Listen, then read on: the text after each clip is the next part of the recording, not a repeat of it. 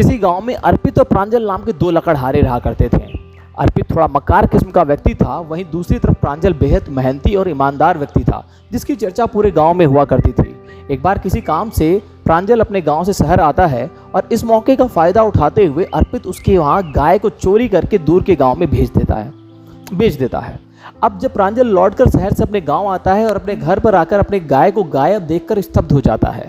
अब वो अपने आसपास के पड़ोसियों से पूछना शुरू करता है, कुछ पता लगाने की कोशिश करता है तो लोग कहते हैं रात में ऐसी कुछ आवाज़ें आ रही थी तो हमें लगा कि तुम शहर से वापस आ चुके हो, लेकिन हमें लगता है कि चोरों ने तुम्हारी गाय को चुरा लिया है। अब ये थोड़ा प्रांजल, जिसका लगाव गाय के साथ भी था, अब वो थोड़ा दुखी हो जाता है, लेकिन उदास मन के साथ दूसरे दिन फिर से अपने काम पर निकल पड़ता है, क्योंकि काफ़ी मेहनती किस्म का होने के कारण ये घर पे रुकना पसंद नहीं करता है और दूसरे दिन लकड़ियाँ काटने जंगल में जाता है। और जब ये जंगल में पहुँचता है तो देखता है कि उसकी गाय जंगल में कोई और चरा रहा होता है। वह तुरंत भागा हुआ दौड़ के जाता है उस आदमी के पास और उससे कहता है कि ये गाय तो मेरी है। जो नया खरीदार था उस गाय का, वह उससे कहता है कि मैं इसे बाजार से खरीद कर लेकर आया हूँ। प्रांजल और इस नए खरीदार में अब अनबन शुरू हो जाती है और इस अनबन को बढ़ता देख गाँव के लोग इकट्ठा हो जाते हैं। धीरे धीरे ये बात वहाँ के मुखिया तक पहुँच जाती है और मुखिया और सरपंच के लोग वहाँ पर पहुँचते हैं और प्रांजल अपनी सारी बातों को इन पंचों को बताता है। अर्पित को भी अब पंचों द्वारा उस समाज में बुलाया जाता है। अर्पित वहाँ पहुँचने के बाद इस पूरे माजरे को देखने के बाद थोड़ा सा घबराया हुआ होता है, लेकिन वो जैसे ही ये बात शुरू होती है तुरंत ही वो कह देता है कि नहीं हुजूर, इन्होंने मुझसे पिछले महीने 5,000 रुपये उधार लिए थे और उस उधार के कारण ही, उस उधार के बदले ही इन्होंने खुद ही मुझे इस गाय को दिया और मैंने जाकर इसे पास के गाँव में बेचा। इस बात को सुनकर प्रांजल काफ़ी आश्चर्यचकित रह गया, क्योंकि ना तो उसने 5,000 रुपये लिए थे, ना ही उसने अपनी गाय इसे दी थी। इसकी गाय को चोरी किया गया था और प्रांजल एक काफ़ी सम्मानी और ईमानदार किस्म का व्यक्ति था। अब उसके सम्मान को ठेस पहुंच चुका था इसको सुनकर, क्योंकि जिस तरीके से ये अर्पित पूरे विश्वास के साथ समाज में दावा कर रहा था और इसे झूठा ठहरा रहा था, यह इसके साथ पहली बार हुआ था। ये ऐसी घटना को देखकर जब प्रांजल काफ़ी दुखी हो उठता है, अब सरपंच ने भी कहा कि इस बात का फैसला, निर्णय आगे कुछ दिनों के बाद ही होगा। आप दोनों पक्ष अपने बारे में सबूत को इकट्ठा कर लें, कुछ दिन बाद हम इस पर समझौता करेंगे।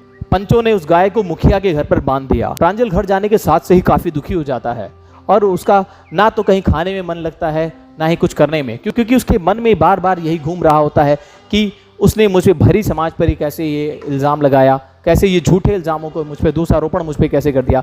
ये काफ़ी दुखी होने लगता है। अब दूसरी तरफ अर्पित काफ़ी खुशी अपने घर जाता है और मौज बना रहा होता है कि आखिर मैंने तो गाय भी कुछ रुपयों में बेच ली और फंसा कौन? प्रांजल।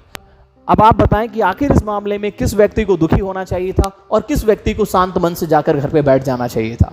यकीनन आप भी यही कहोगे कि प्रांजल, जिसने कोई भी गलती नहीं की, जो बिल्कुल निर्दोष है, उसे घर जाकर शांति से, शांत मन से, खुशी मन से रहना चाहिए था, बल्कि चिंता तो उसे करनी चाहिए थी जिसने गलत काम किया है।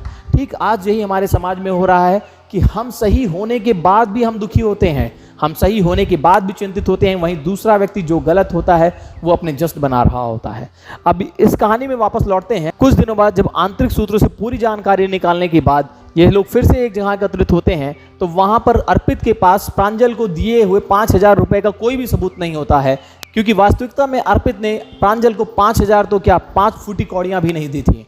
अब ये बात पूरी तरीके से सामने हो चुकी थी और साफ हो चुकी थी कि ये गाय अर्पित ने चुराई है। लेकिन आप ये समझिए कि ये 5 दिन या 7 दिन, जितने दिनों के बाद भी ये फैसला सामने आया, ये सच्चाई सभी के सामने आई, उतने दिन परेशान कौन रहा? प्रांजल, जो कि एक निर्दोष व्यक्ति था। और जश्न 5 दिन किसने मनाया? अर्पित, जबकि वो एक दोषी व्यक्ति था।